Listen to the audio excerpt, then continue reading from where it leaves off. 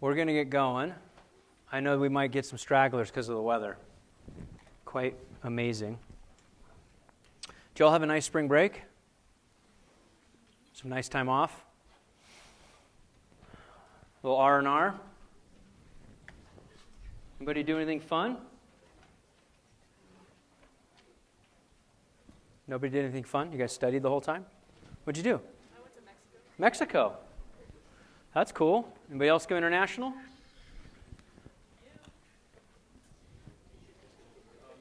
Mexico. There's 2 for Mexico.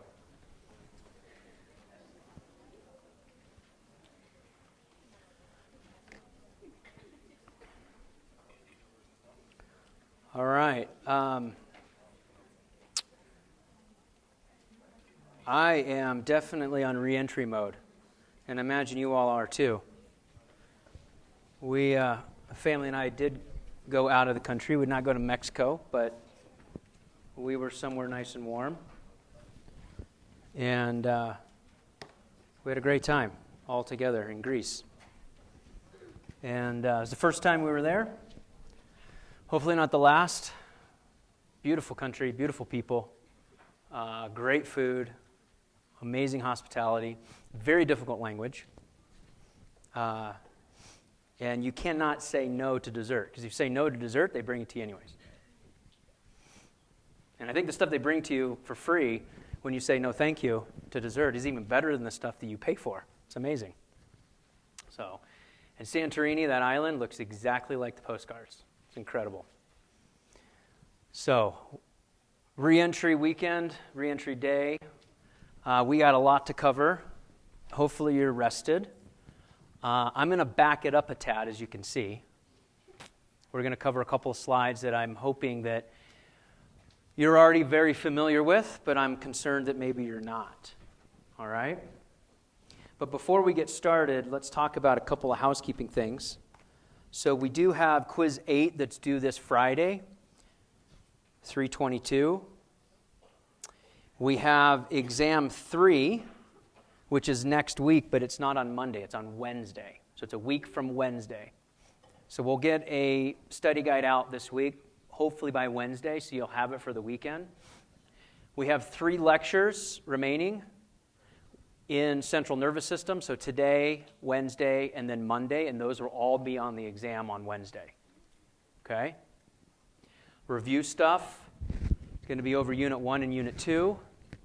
Maybe more heavy on Unit 2 with skin and skeletal system. The week that I was gone prior to spring break, you had lectures online that was covering this material, so I'm hoping that you're caught up. But we'll spend a little time on it here real quickly, and then we'll get into central nervous system stuff, okay?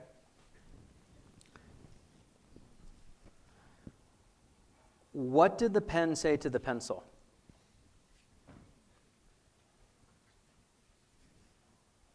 So, what's your point? Okay, that one was not very popular. Helium and hydrogen atom are floating around in space. Helium says to the hydrogen, I think I lost my electron. Hydrogen says, are you sure? Helium says what? Yeah, I'm positive. Oh, come on. I thought that one was pretty good. That was definitely like junior high school and the kids were learning some science. They thought that was really clever. How did the ice feel when it heard it was fired? How did the ice feel when it heard it was fired? Any ideas? It had a meltdown. I like that. It was crushed. No? Golly, this is a hard crowd. You guys came back way more difficult than when I left you. Okay. Questions, comments? Everyone got their midterm scores? We had a lot of manual work that had to get done because Canvas is not super user-friendly. It doesn't like the bonus assignments at all. So we had to kind of manually fix all that. The good news is it's a great time to come see SIs, TAs, myself. Office hours tomorrow, 1 to 2. I'll probably be in my office as early as 2 o'clock on Wednesday, and I'll be there until about 3:30 until I come over here, if you want to come over and talk about your grade. Okay? Unit 3, action potential, is probably the most difficult stuff that we're going to cover conceptually. The next most difficult stuff that we're going to cover is muscle physiology and contraction, excitation, contraction, coupling. So, can anybody take a stab at this? I know this is like the Monday after spring break, but can anybody take a stab at walking us through this action potential and what's happening? I've conveniently labeled important points on the graph, 1 through 7. Any takers? What's happening at like phase 0 when it's at minus 70 millivolts? What's happening there?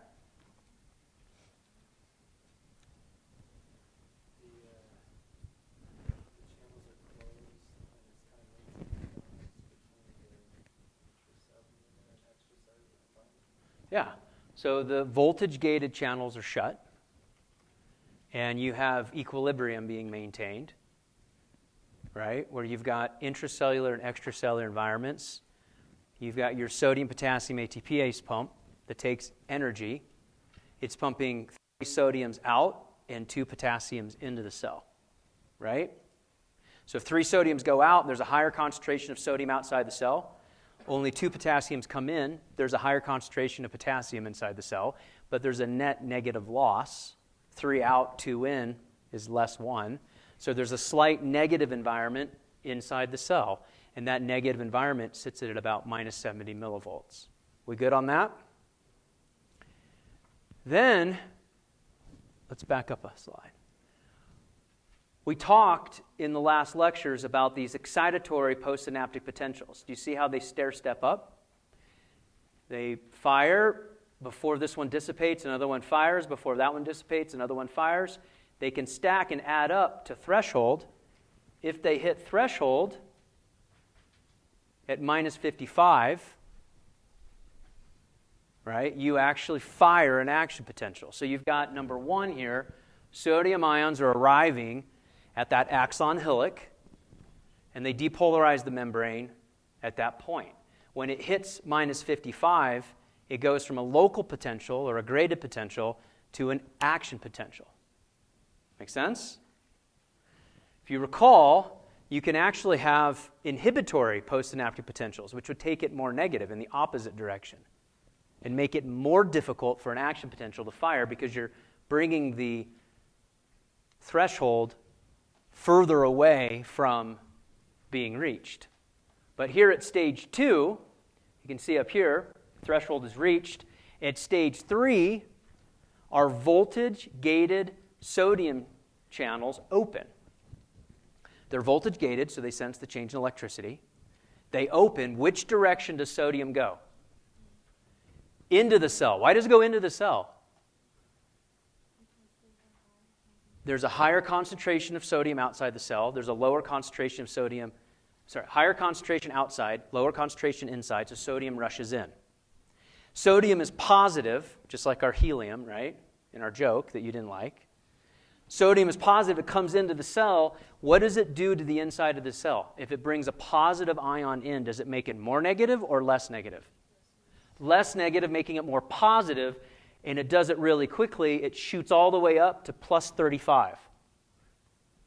At that point, at step 4, those sodium gates close. They shut quickly. They're called fast gates because they open and close really quickly. Backing up, footnote, in 3, when the sodium gates open, the potassium gates also open, but they're called slow voltage potassium gates. They're slow because they don't open as quickly as the sodium gates. Their activity starts over here at 3, but their effect is realized at 5. Because when you open them fully at step 5, which now they're fully open, which way is potassium going to go? Out of the cell. Why does it go out of the cell? There's a lower concentration outside the cell. There's a higher concentration inside the cell. The law of diffusion that we talked about in Unit 1, Ions are going to move from high concentration to low concentration. So potassium moves out of the cell in step 5. We call this event repolarization because you repolarize the membrane. You make it more negative. You're losing positive ions with potassium leaving. Make sense? These gates open slow, they close slow. So as they close, they overshoot minus 70. They over or hyperpolarize the membrane. We learned in the last lectures that creates the inability or the less likely chance that that portion of the membrane is going to fire again. So you propagate the action potential in the forward direction. Where it just came from, it's slightly refractory because it's hyperpolarized, so it would take a much larger signal for it to be triggered. So the path of least resistance, instead of going backwards, is to go forward. And that's what electricity likes to do. It follows the path of least resistance. Does that make sense? That's what gives step 6 is this hyperpolarization. Step 7, reestablishment of resting membrane potential. What structure is really critical for that to be reestablished, to reset it? Sodium, potassium, ATPase pumps. Is that an energy requiring step? Absolutely. Okay? Hopefully that dusts off the cobwebs. Tonight, you have an SI session, Science Annex, room 117, 7 to 8 p.m. And this is what we're talking about, right? I highly recommend you go because I promise you will see that graph on the exam. And if you don't understand what's happening with that graph, you're going to have a difficult time answering those questions. Make sense? That's like, you highlight test question, not possible test question, absolute test question. So you got to understand this stuff. That's why we're taking a little time here to kind of review. So tonight, SI session, I'd love to see you there. Yes, in the back.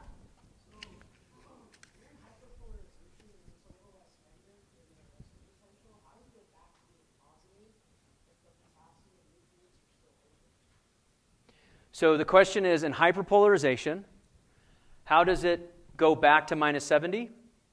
How does it go back to minus 70? If the potassium leak gates are still open? Because the leak gates are always open, right? So that's a great question. So you're working against the leaking gate. It's like you have a boat. Anybody boaters? You have a boat, you know that it's going to take on a little water, so you have a bilge pump, right? Because no boat is completely watertight. So the ATPase sodium-potassium pump has to work against that leak channel. It's a great question. And it moves it much faster than the leak channel. Leak channel just slowly trickles things out. It's very much like a bilge pump on a boat.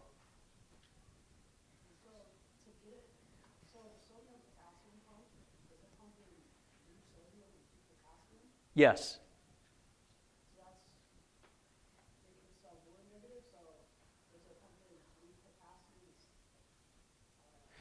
The sodium-potassium pump always pumps 3 sodiums out and 2 potassiums in. The leak channel allows potassium to leak out of the cell, ever so slightly. So the pump brings it back in. Does that make sense?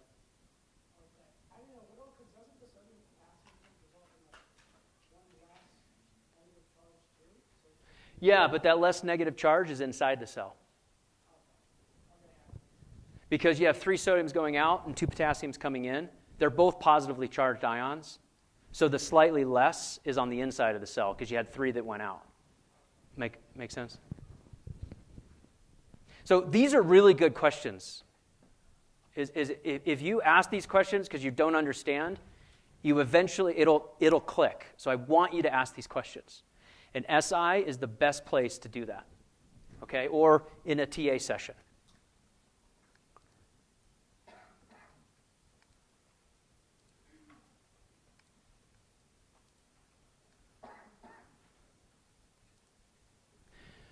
Okay, so now we're on central nervous system, lecture 1. We got 3 lectures of the CNS.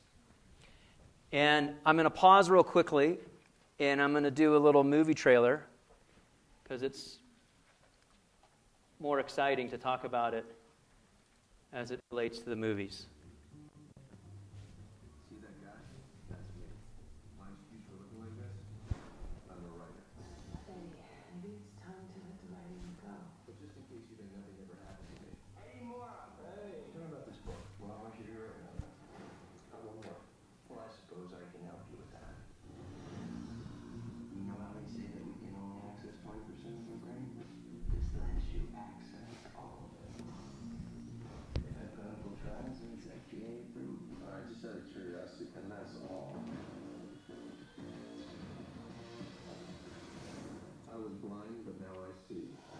A tablet a day, and I was limitless. I now have cultural appetites. Since when do you speak Italian? I finished my book in 4 days. I like to renegotiate my events. Math became useful. From 12,000 to 2.3 million in 10 days. I'm back on this guy. So, anymore. You know you were hurt. What'd you say? Medication. Your powers are a gift from God or whoever the hell wrote your life. I'll open up a line of credit for you. Give you one of your two choice. How many of us ever know what it is to become the perfect version of ourselves? What's the asking price? 12.5. I'll take it. Everything I have, I want to share with you. What you doing, huh? You think somebody's watching? My brain is skipping time. I have no memory of the last 4 days. Your powers are not earned. You're careless with those powers. Have you asked yourself what you're going to do when you run out? You'll die.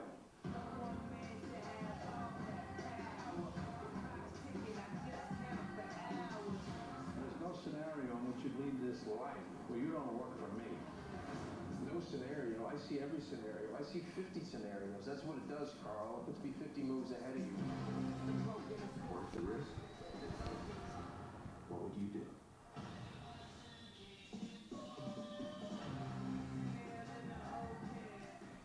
Okay, so why in the world did I play this trailer, right? Well, other than the fact that it's a great movie.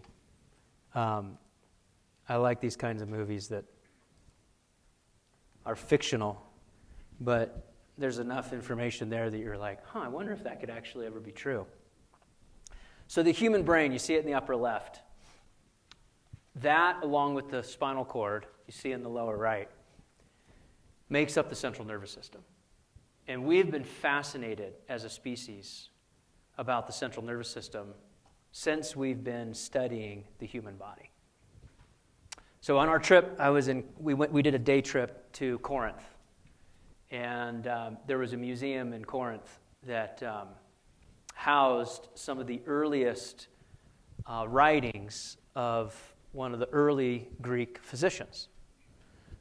And he had made plaster molds of different diseases. There was a leg that was overly swollen to mimic elephantitis.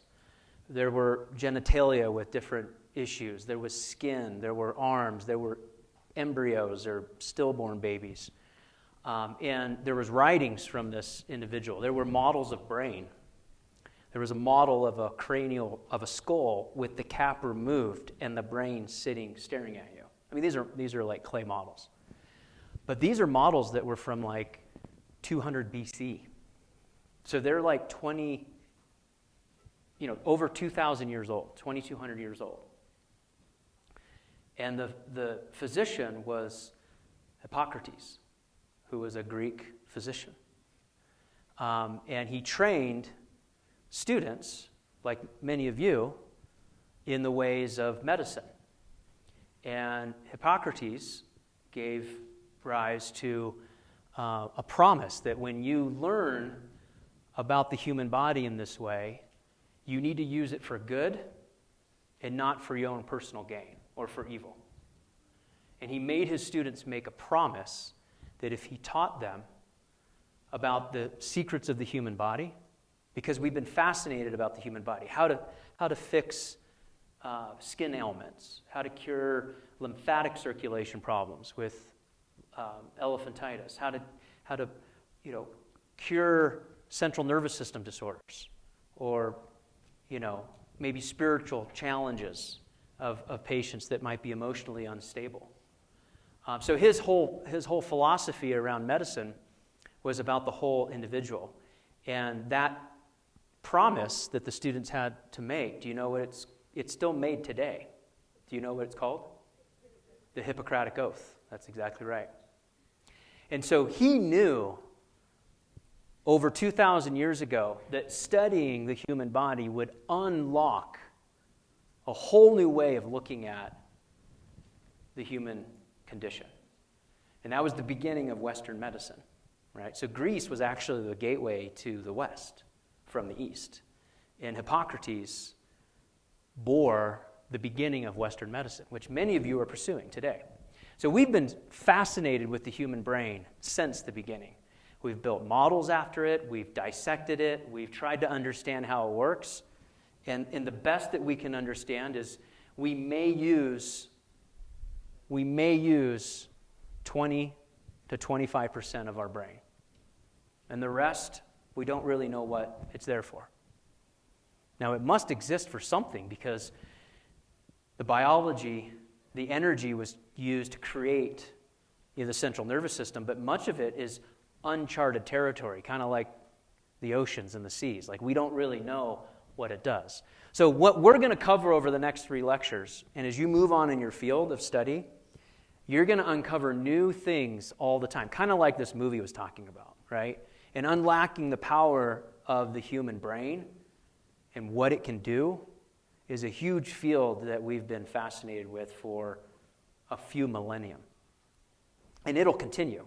It'll absolutely continue. So that's the reason I put that teaser in there, because it kind of makes you think. Like, if you could actually unpack more of the human brain, what are some of the things that you could actually do? And yeah, I think we could be much less limited than we are today. And in your lifetime, I think you're going to see some of those things. I really do. So we've got to study some of the structure. You do this in lab, right? You cover this in lab. We're going to cover a little bit in lecture so that we can actually talk about the functionality as we map the brain, and we can explain what the certain areas that we understand do.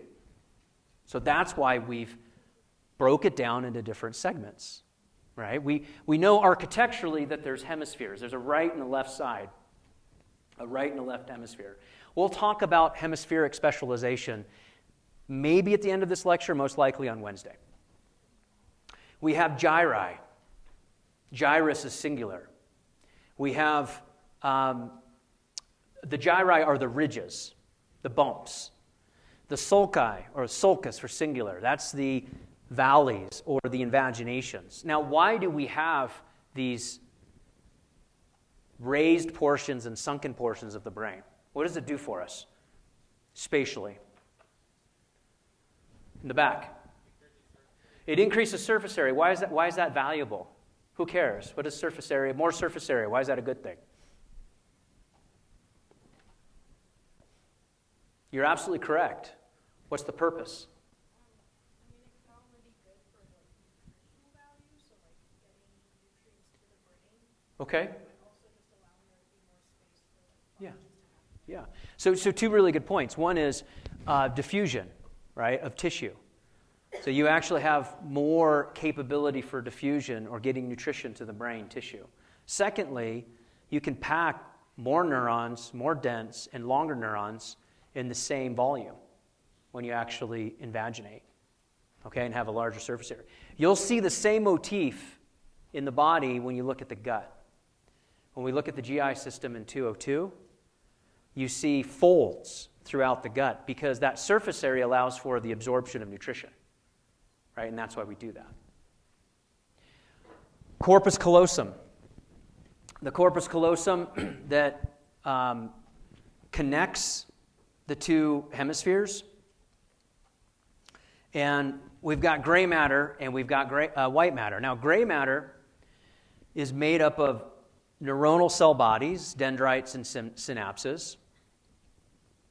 And it's found throughout the brain, forms the cortex, it's over the cerebrum and cerebellum, and the nuclei that are deep in the brain.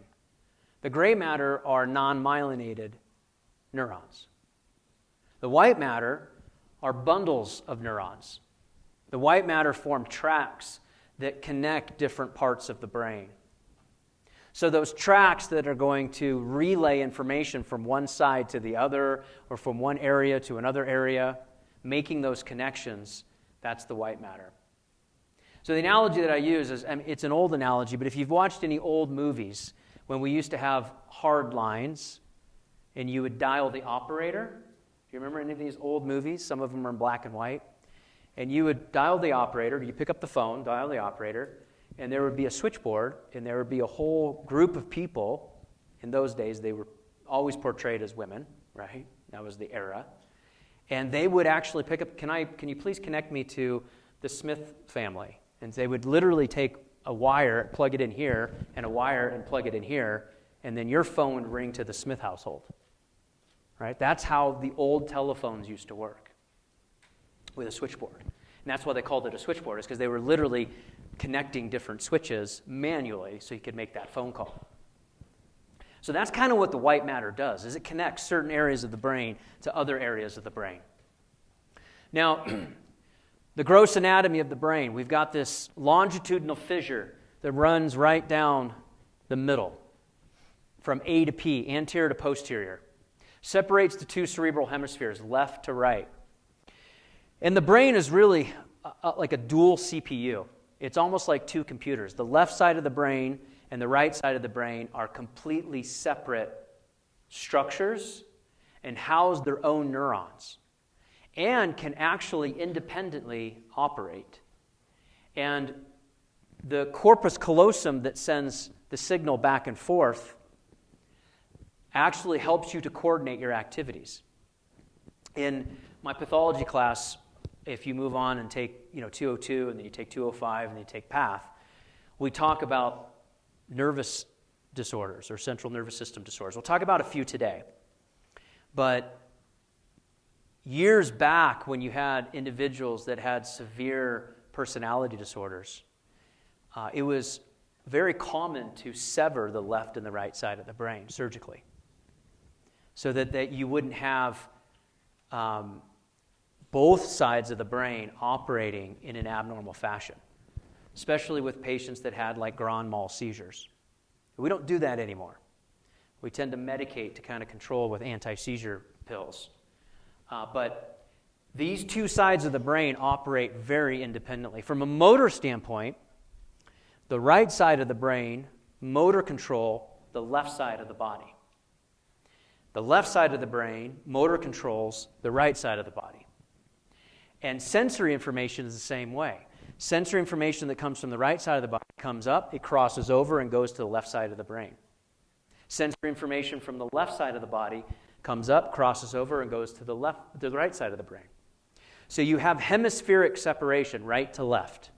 And we have different centers of neurons that are collected for math and reason and logic and language and musical talent. Those are all housed in different sides of the brain.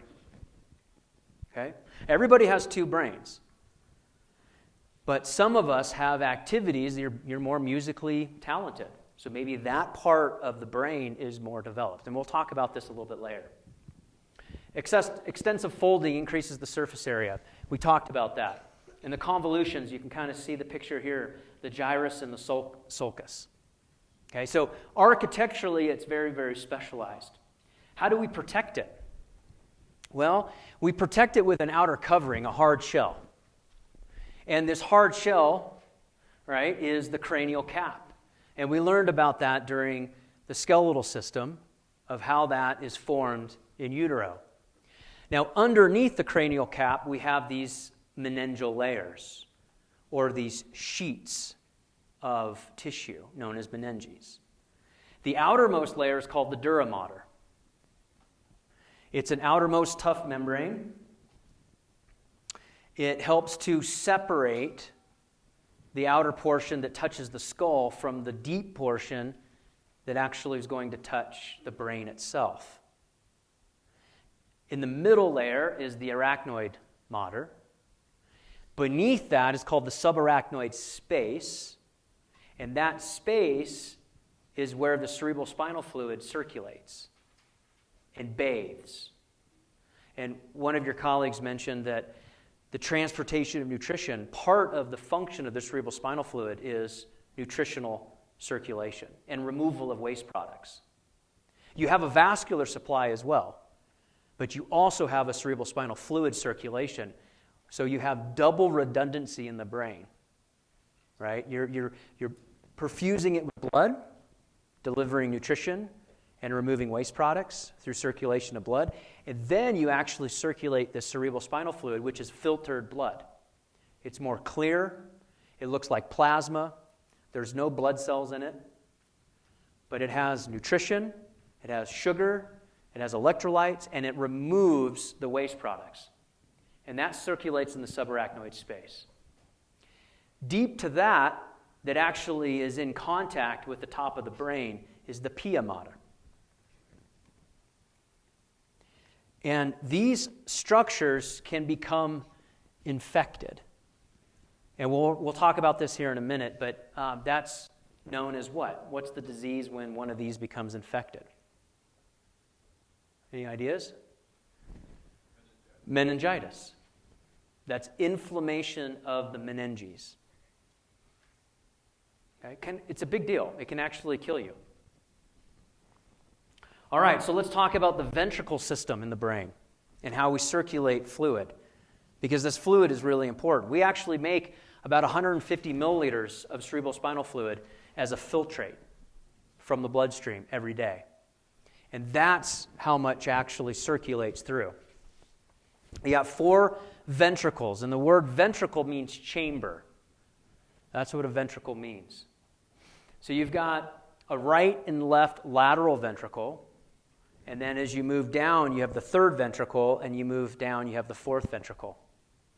The choroid plexus that's located in each of the ventricles, it's lined with those ependymal cells that we talked about. Remember those ependymal cells? Those ependymal cells are what actually filter the blood to make the cerebral spinal fluid. So what does this look like? In lab, you'll see these structures. You can see them on the benchtop. Right? I think it looks like the Starship Enterprise from like Star Trek. But it's the blue structure from an AP view, an anterior-posterior view on the left, and then a lateral view on your right. From the AP view, you can see those lateral ventricles are like these giant wings, and they're housed within the brain themselves. So the subarachnoid space is on the outer layer, right? Well, it's kind of the middle layer, but it's on the outside of the brain. That fluid moves from internally down and then recirculates around and then ultimately dumps back into a villus, which is the venous circulation. So those are the locations of the lateral, left and right ventricle. You can see the 3rd ventricle that's pointed to like right in the middle, right here. Cerebral aqueduct to the 4th ventricle and down the central canal. That central canal goes all the way down the spinal cord, down the middle. So we have about 150 mils of cerebral spinal fluid in the central nervous system, and this is replenished about every 24 hours. It's not a lot. 150 milliliters is not a lot. So in a glass, about like so, like kind of a standard orange juice glass, 150 milliliters would be about half full. That's it. 150 mils. It's not much. So like a can of soda, right? A can of soda, it would be about half the can of soda. That's it. It's not a lot. Now, the function is protection, cushioning, chemical stability. We talked about those. But also buoyancy. So the brain itself is kind of floating in this cerebral spinal fluid and allows it to be protected. Right? I talked about in lectures in the past about kind of bobbing for apples. You know, you have the apple in a basin of water and how it kind of just bobs and floats. That's kind of what the brain does. That's how important this organ is you go through all of this important anatomical architecture to protect and keep it intact. So a lot of things can influence the amount of cerebrospinal fluid that is circulating. And let's say you have a 10% reduction in fluid, which is 15 mils of 150, right? So you're down to 135 milliliters of fluid. What can do that? Alcohol, excessive consumption of alcohol, excessive caffeine, inappropriate diet, dehydration. That can lead to severe headaches. Yeah, and that's kind of the crux of a hangover and where that comes from. So the circulation of cerebrospinal fluid. And we're going to talk about one of our first diseases. We're only really going to mention a couple. I think it's just meningitis, and then we'll talk about hydrocephalus. This disease of hydrocephalus, before you look at the disease and understand the disease, you have to understand where it comes from. Like, what's the etiology? Where's the beginning? Where did it go wrong? Well, if you follow the numbers here, and you can see the numbers in the middle, 1, 2, 3, 4, 5, 6, 7, 8, and then you can follow the information here. Let's start here. The cerebrospinal fluid is secreted by the choroid plexus in each of the ventricles. All right, the lateral ventricles is where it starts. It flows through the intraventricular foramina into the third ventricle. And then the choroid plexus here adds more fluid. It flows down the cerebral aqueduct to the fourth ventricle. Here, the choroid plexus adds more fluid. And then it flows out the lateral apertures in 6 into one median aperture, and then moves into the subarachnoid space and bathes the external surfaces of the brain. At the arachnoid villi, the cerebrospinal fluid is reabsorbed back into the venous sinuses, which is part of the venous circulation of the bloodstream. Okay? A simplified version. The plexi in the lateral ventricles create the CSF. Flows through the intraventricular foramina to the third ventricle. Then through the cerebral aqueduct. It's got a couple of other names, mesencephalic aqueduct, aqueductus sylvius, into the fourth ventricle, and then it moves into the subarachnoid space that's between the arachnoid and the pia mater, back into the venous circulation. So just 2 different lists of how this flows. So now that you know this and how it works, we have a disease known as hydrocephalus, or hydrocephaly. This is a ventricular disease. It comes from the root words hydro meaning water and cephalus meaning head. So it's a swelling of the head by either an overproduction of cerebrospinal fluid or an under drainage of cerebrospinal fluid. So if you don't drain it well enough, or if you overproduce it, and you're in a confined space that's a bony space, there's no place for the fluid to really go, and so it swells the head. And if it's in young children, before the fontanelles close, you'll actually see the head swell outward. Okay, in hydrocephalus in adults, it's extremely painful. Your head doesn't swell because the sutures are closed in your brain. Causes pressure on the brain. This cerebrospinal fluid accumulates in the ventricles. In about a third of individuals that survive this will have normal intellectual function. And if it's left untreated, it has a fairly high mortality rate, 50 to 60%. Now, in our country, in the U.S., it's not that common that it gets out of control, because what we do is we actually put a shunt in. We actually insert a shunt here at 8 into the arachnoid villus and allow for that fluid to drain more quickly. And we see the signs very early in kids, and so we can intervene very early. But in other countries, This is in India. This is a little girl named Runa Begum, an 18-month-old. Now, I wish I could tell you that the outcome of the story was really, really positive. There were some positive things that happened, but unfortunately, the healthcare in certain developing nations is not what it is in the United States, okay? And for a lot of you that are moving on into medicine, if you're called into that space and that's where you feel like you need to serve, there is a tremendous amount of need outside of this country. We have a lot of need here too, but a lot of the things that we take for granted here are big deals in other nations. So these pictures might be a little difficult to watch, but I want you to understand this is a real manifestation of what happens when some of these structures aren't working correctly.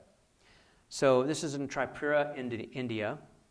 18-month-old hydrocephalus. Her head grew to a circumference of 94 centimeters, which is about triple the size of a normal infant's head at this age. Her parents made less than $3 US a day. They had a 2-room mud hut, and they had little knowledge or means about doing really anything. So there were 2 Norwegian students, Natalie Kranz and Jonas Botchkamek, that were traveling, and this is one of the first crowdfunding stories in healthcare that was international. They started a crowdfunding support website to raise $1,600 US for the shunt surgeries that we talked about. And this is back in the year 2013, so this is a while ago. They raised more than $60,000 US. She had 5 cerebral shunting surgeries that reduced her head circumference down significantly. And she was able to celebrate kind of into her 2nd and 3rd year of life. And then the condition kind of returned. And she lived to about the age of 5 or 6. This is how big Runa's head got. Okay, her eyes are open, but it sure doesn't look like it.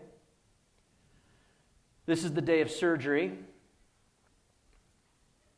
And then this is post-surgery. This was on one of the surgeries. This was actually, over their holiday season in India. And so there was a lot of press of their mom and dad, her mom and dad, kind of celebrating and being very grateful during their holiday season that, she was not uncomfortable. So really, a big deal. And a lot of these things that we take for granted in this country that, we've got great health care in this country, doesn't exist outside of our borders. And, I know that many of you are going to go on and study in other places, and I think you're going to be able to make a huge difference. Now, here's another one. Let's talk about meningitis. So meningitis, we talked about, is inflammation of the meninges. Any one of the 3 layers that we talked about, dura, arachnoid, or pia mater. The symptoms are flu-like symptoms, so rigidity of the neck, stiff neck, kind of aches and pains, spiking high fever, and altered mental status. People start behaving a little weird. They're not acting like themselves, which makes sense if one of those layers is infected. Now, it could be infected with a bacteria, a virus, or a fungus. All 3 are possible. So how do you determine which one it is? Any ideas? If you suspect a patient comes to you, has a high spiking fever, their loved ones are saying, they're not acting themselves. Stiff neck, came on suddenly, all their other vitals are normal, and you suspect meningitis, how do you confirm? And then how do you know if it's bacterial, fungal, or viral? Yes? A spinal tap. If you do a spinal tap, what layer are you going to? You're like, wait a second, I thought you said it was an infection of the meninges up here. Well, all of that's connected all the way down, right? And those layers go all the way down the spinal column too. All 3 layers go all the way down. So it's all connected. So you come in between the discs, And you come in with a needle to the subarachnoid space, and you draw up fluid. You send it to the lab and culture, and you decide if it's viral, fungal, or bacterial, because that determines what medication you give the patient. That's important, right? Make sense? Okay, so now we know about the meninges. Now you're an OB/GYN specialist, and your expecting mom wants an epidural. Do you go to the subarachnoid space to deliver the pain medication? No, you go just where? Above the dura, right? So knowing where these layers are is pretty important. And they're not very far apart, right? It's like trying to navigate into like a Big Mac, right? A large tube into a Big Mac. You got to figure out where you're supposed to go, right? That's the needle analogy into the meningeal layers. Okay, so Neisseria meningitis. Neisseria meningitis. This typically affects most of the age in this classroom, college-age students. That's what you find in college dorms, military barracks, when there's a meningitis outbreak. It's usually N meningitis or Neisseria meningitis. Streptococcal pneumonia, S pneumonia, is typically found in our very young, our pediatric, and our very old or geriatric patients. Right? So two different bacterial strains. Swelling of the brain is what happens if it's untreated. It's almost always fatal. But it's actually pretty easy to treat. You just have to know if you're giving an antiviral, an antifungal, or an antibiotic. And you kind of need to know what bacteria it is because you want to treat it with the right antibiotic. Make sense? There are some vaccines that are available. All right, questions, comments, kind of two clinical scenarios today that are related to our central nervous system. And because they're relevant, I thought they'd be interesting for us to talk about. All right, we're going to dive more into kind of architecturally how the brain is organized. So let's look at gray matter and then white matter. So sometimes it's spelled G-R-A-Y, and in other medical literature you'll see it G-R-E-Y. Okay, it's just the way it is. It's kind of potato, potato. What is gray matter? Well, it's a major component of the central nervous system, made up of the neurons, the cell bodies, the dendrites, unmyelinated axons. Can even include the glial cells, like astroglia, oligodendrocytes, and their vasculature, the capillaries that go with it. That's all gray matter. Unmyelinated. So what do we know about action potential? Transmission. Slower or faster than myelinated? Slower. The nuclei that are found in the gray matter, these nuclei are connecting all these different axons and neurons that are found within that region of that particular part of the brain. The gray matter is made up of kind of three major regions. So we've got the cerebral cortex. That's the outermost layer of the cerebrum. We've got our basal ganglia, or our basal nuclei, as we have spelled here. The basal ganglia are a group of nuclei, and these are found varied around the forebrain, that's the front part of the brain, the cerebral cortex, and the thalamus. And the basal ganglia have a lot of motor function that's like habitual or routine. Things that are like cognitive habits or eye movements, like your gestures. You know, you have a friend and you know if you know that friend so well that you know if you say something that's going to get them to laugh, they have a certain gesture before they start laughing, right? That's all part of the basal nuclei, the basal ganglia. Your gestures tend to be unique to you. Equally interesting is the limbic system. And we're going to talk more about the limbic system and break it down here in a little bit. But the limbic system is a complex set of brain structures. So it's brain structures that are in very different places, and they're all connected. And the limbic system functions to support emotion, behavior, motivation, long-term memory, and even olfaction. You remember I said in a prior lecture that long-term memory and the sense of smell or olfaction are closely tied? Do you remember me making that comment? And I made you think about a childhood memory that you were fond of, and then see if you could find a smell that is associated with that childhood memory. Maybe it's like Grandma and Grandpa's house. You walk in and it has a certain smell to it. And you're like, wow, I know. You could be blindfolded and be like, I'm in my grandparents' house. I can just tell. Why? Because it smells like their house. Or certain foods, maybe certain foods that are family recipes, or maybe a certain ethnic food that reminds you of a certain family member that used to make that. So that's all part of the limbic system. All of this is part of gray matter. All right, let's look at white matter. Slightly different. There are really more tracks. Remember the phone operator that's connecting the Smith house to the Johnson house, right? So they're connecting different parts, myelinated axon tracks. We've got 3 types of tracks. We've got projection tracks, commissural tracks, and then association tracks. Projection tracks usually go vertically between higher and lower brain in spinal cord centers. Like they carry information between the cerebrum and the rest of the body. Projection tracks. The brain downwards, or from the spinal cord up to the brain. Commissural tracks are left to right side information. They cross over the hemispheres. And then association tracks are like olfaction with long-term memory. You have an association tract that connects different regions of the brain within the same hemisphere.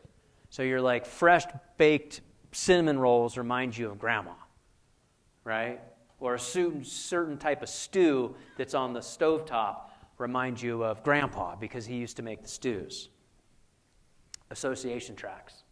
So the brain is kind of organized in 3 planes. We've talked about right to left side. It's also from top to bottom, from superficial to deep. So the more higher level thinking, like your personality, your decision making, somebody shouts your name and then tells you to look out, and now you're trying to figure out, what do I do? Do I hop to the side? Do I run? Do I hit the ground? Like that decision making is a higher order thinking. Lower in the brain, like the brainstem, is where you have more autonomic functions, like heart rate, breathing, respirations, temperature control, pH. Does that make sense? So top to bottom. So higher order function is things that are cognitive capabilities, studying for this class. But none of us are thinking like sitting here going, breathe, heartbeat, beat, beat, beat, because that happens at the brainstem. That's lower down. So right to left, top to bottom, and then back to front. Back to front, posterior to anterior. So sensory information usually comes in the posterior aspect of the brain. And then it moves forward to motor function, which is on the front part of the brain. So 3 planes of organization. And that's what those association tracks are really helpful for. Okay, this is here, but what's the problem with putting cranial nerves in a central nervous system lecture? What's the problem, categorically? Huh? You're shaking your head. I can't believe you did that. I just can't believe you did that. Everybody knows that's just horrible. Why would you even think to do that? Because most textbooks do it this way. But I want you to understand that the cranial nerves, there's 12. You cover them extensively in lab. Are they part of the central nervous system? No, they're technically considered the peripheral nervous system. But they're always captured in textbooks. So for sake of completeness, I'm putting them here. We've got sensory and we've got motor, and then we have mixed. And you'll memorize them in lab. I will not have you memorize them here. I want you to know there's 12 of them. I want you to know that they're most commonly found in the central nervous system chapter in the lectures, but they're really peripheral nervous system categorically. And you've got 1 through 12, right? But you won't have specific tests like you do in lab about the cranial nerves. Fair? Okay. So, moving on. So if we're looking at the different regions of the brain, we've got 3 regions. We talked about 3 different orientations, right? Right to left, back to front, top to bottom. Now we're going to break down the brain itself into 3 regions. We're going to talk about the forebrain, the midbrain, and the hindbrain. So the forebrain, or the front part, is made up of the diencephalon and the telencephalon. These funny words, diencephalon and telencephalon, come from embryonic development. And they make up what we refer to as the forebrain, or the front part of the brain. The forebrain makes up, or the cerebrum, as we call it, makes up 83% of the brain volume. That's most of our brain by volume. The midbrain, the mesencephalon, from the Greek, right? Mesos, middle, and then encephalus, which is the brain. The middle brain is associated with vision, hearing, motor control, sleep-wake cycles, arousal, whether you're alert, and temperature regulation. That happens in the mid part of the brain. And then the hindbrain is the medulla and the pons, and the cerebellum, those 3 together. You can see on the picture. And the hindbrain contains about 50% of the neurons in the brain itself. It's very densely packed with neurons. And a lot more autonomic function in the hindbrain, because it's actually back, but it's also lower. Right? So that lower aspect gives rise to some of these lower functions. So we're just going to break it up by the forebrain, the cerebrum, and the diencephalon. And we're going to talk about the different lobes of the forebrain. We've got the cerebral lobes. And you talk about these in lab: frontal, parietal, occipital, and temporal. So we're just going to break them down. The frontal lobe, colored in blue, and for those that's colors are a little bit more challenging. The blue, the frontal lobe, is the anterior-most lobe of the brain. Frontal lobe. So what does the frontal lobe do? The frontal lobe is involved in higher thinking, higher thought.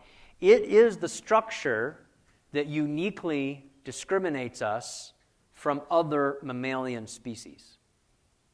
Right? We have larger frontal lobes, the largest of the mammals.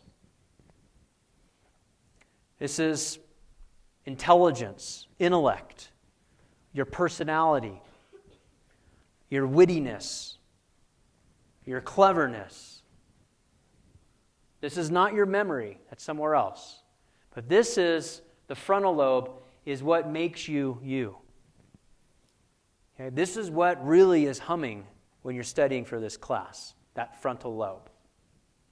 The central sulcus is the posterior border for the frontal lobe, the central sulcus.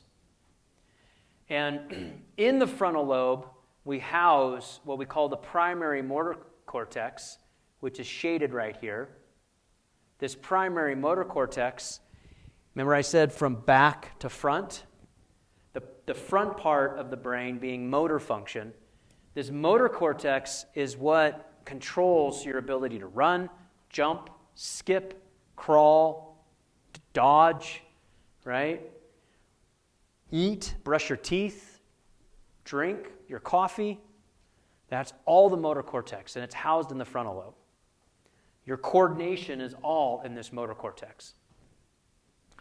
So I lied. We're going to talk about 4 diseases because I got 2 more now. I just remembered. Broca's aphasia. So Broca's aphasia. And so now let me ask it this way. If you're going to study medicine and you're going to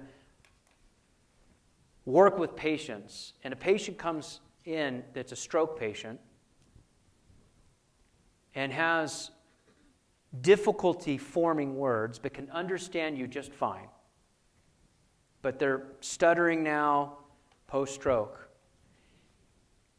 it's very likely that that stroke center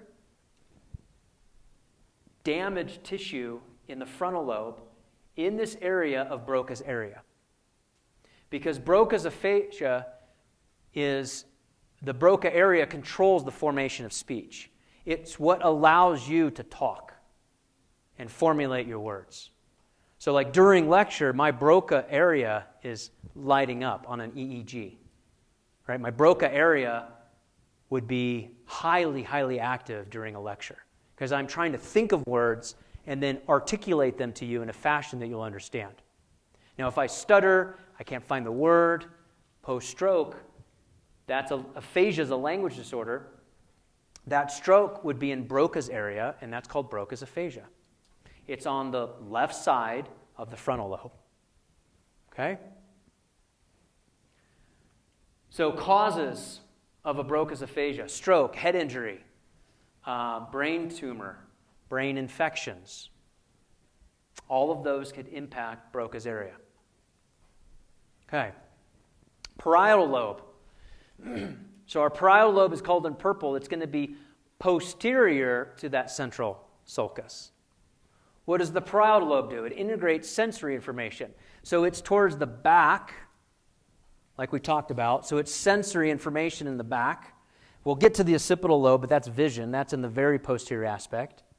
So if you're having trouble remembering which one's back, which one's front, remember the occipital lobe in the very back is what controls vision, and that's sensory information. But the parietal lobe, that sensory cortex, is just posterior to that central sulcus. So here we've got a primary somatic sensory cortex, the post-central gyrus. Here's our pre-central gyrus, which is motor. Broca's area is right here. We've got another center that's back here called Wernicke's area. Right? Of course, these were named after individuals that discovered this. And how did we discover this? Right? Most of our learnings about the brain and mapping the brain have been the result of wartime. Like in many of the major wars is when a lot of the discovery for neuroscience came about. Where you'd have patients that would present and they would have injuries, and now you had the ability to try to treat and save, and they literally would take the skull cap off, put electrodes in, and stimulate one area and see what happened. Like boop, And that's how we map the brain, is during wartime. So Wernicke's area controls the understanding of the spoken and written words. Understanding of the spoken and written words. That's Wernicke's area. So they're aware that they're speaking, but they may not understand what they're saying. So instead of maybe stuttering or not finding the word, right? They're more of the personality where they shout out some word. Maybe they shout out some profanity. Right? Or they just talk and it's garbled. It doesn't make any sense. Right? So it's not a stutter. It's more of the motor is running and there's no filter. This is the filter. Wernicke's area, they're speaking, but they can't stop themselves. Again, same cause of stroke, head injury, brain tumor, brain infections. So Wernicke's versus Broca's. Broca's is motor control. I got two questions here. Wernicke's is speech understanding. Two very different areas, both on the left side of the brain. One's frontal, one is parietal, one is motor, one is sensory. Okay? In the very back? Yep. Yeah, like Tourette's syndrome. Yep, exactly. And it could be an injury. It could be a head injury. Okay? For these nervous like tics, that's what was being asked in the back. Was there a question over here? Same question, yeah. So it's kind of an interesting, understanding, and you kind of put some of this information together when you think it through. Okay, cerebrum, temporal lobe. So now the temporal lobe, we're here in yellow. This is on the sides. Temporal lobe allows for auditory, olfactory, gustatory, that's taste, interpretation. So this is where your senses actually communicate with your brain of, ooh, that actually tastes good. That's sweet. That sounds loud. That singer has a horrible voice. Or she sounds beautiful. The lateral sulcus is what separates the frontal from the parietal lobes and the temporal lobes. Okay, and I kind of already telegraphed to the occipital lobe, but for sake of completeness, we'll talk about the occipital lobe. This functions for it's in the back, in green. Okay, so it's very posterior. That's why it's a good landmark if you're trying to remember for the exam. Okay, Keller is asking a question about a patient who had a stroke, right? Let's pretend. A 72-year-old male patient presents post-stroke, having difficulty with the formation of their words. Their spouse says, this is brand new. He's never had trouble talking. I've tried to get him to shut up for 50 years of our marriage, and he's talking all the time. Where do you think that stroke affected the most? Occipital lobe, Wernicke's area, Broca's area, temporal lobe. Okay. What is it? Is it Wernicke's or Broca's? Can't form the words. Broca's. He's like, yeah, that's what I said. Broca's. Yeah. Okay, do you see how we can ask that question? So in the occipital lobe in the back, you're trying to remember sensory towards the back, motor towards the front. The occipital lobe is vision. That's sensory input. That's towards the back. That'll help you map it out. Okay, allows for visual acuity. You hit this, the seeing of stars. What is the seeing of stars? When you fall and you smack your head. You're snowboarding, you're not wearing a helmet, did a nice rail slide, and then it was not so nice, right? Bam. You get up, you're seeing stars. What is that? Any ideas? So if you open up a preparation and you have a nerve, you could actually get it to fire by stimulating it with electricity, right? You could also get it to fire by flicking it or tapping it, right? Because you can manipulate and open channels by pushing on the membrane. So if you smack the back of your head, you've got neurons that are firing just randomly, and all of a sudden you're like, oh, I'm seeing things that aren't really there. So that's like a real phenomenon. Okay? Transverse sulcus separates the occipital lobe from the cerebellum.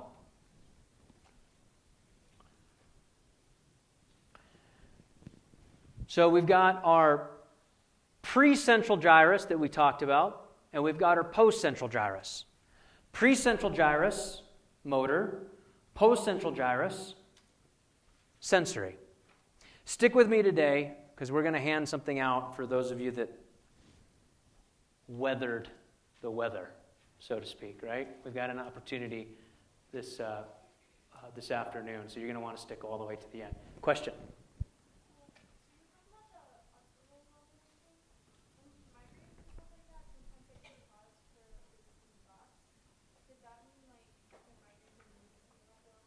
Yeah, so the question is about migraines and patients that see like spots when they're having a bad migraine. So a lot of times with a migraine, you're going to get big inflammation in the brain, right? You're having a migraine and oftentimes vascular flow is disrupted.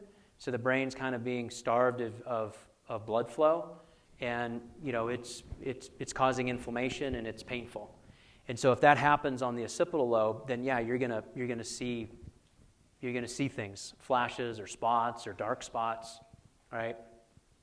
It's also why during a migraine, bright light is really difficult for patients, right? Because it's overly sensitive, and so they just want to be They don't want loud rooms either, right? A lot of sensory overload.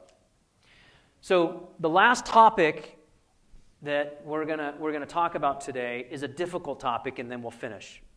And we'll pick it up from there on Wednesday. But there's a map of the pre and the post-central gyrus. There's a map. And what that means is if you were to open up the brain, right? Hippocrates opens up the brain.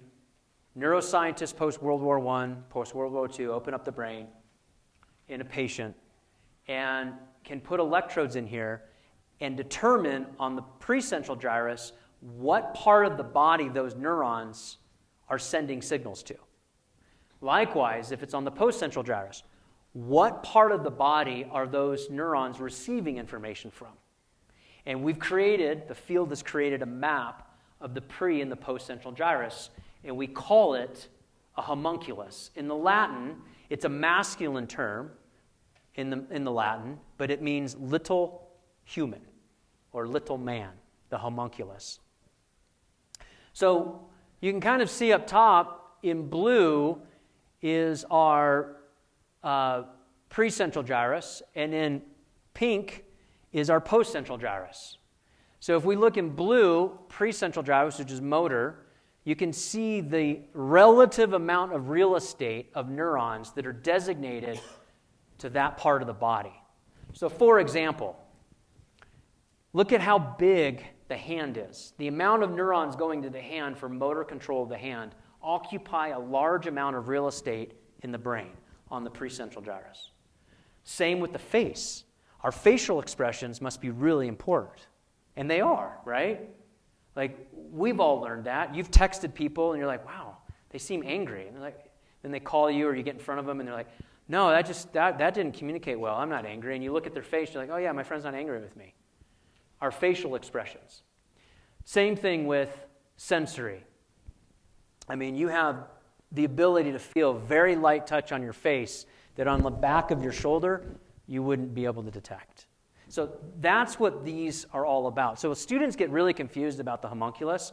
It's just a relative size of the anatomical part of the body and designated how much neuronal real estate is spent for those parts of the brain. Does that make sense?